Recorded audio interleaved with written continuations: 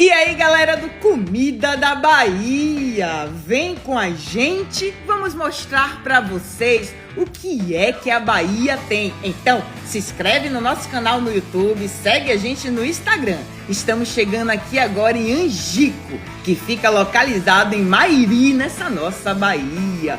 Fomos atrás da produção de um requeijão. E o Comida da Bahia chegou atrasado e não teve o prazer de ver essa produção do começo ao fim. Mas pegamos aquela famosa raspa do tacho, sim, não só para filmar, mas sim para experimentar. Que experiência maravilhosa! Esse requeijão aí você vai encontrar em Mairi, o Boa Vista. Quer mais? Quer descobrir essa Bahia? Então vem com Comida da Bahia, porque a gente vai desbravar tudo isso bem juntinhos.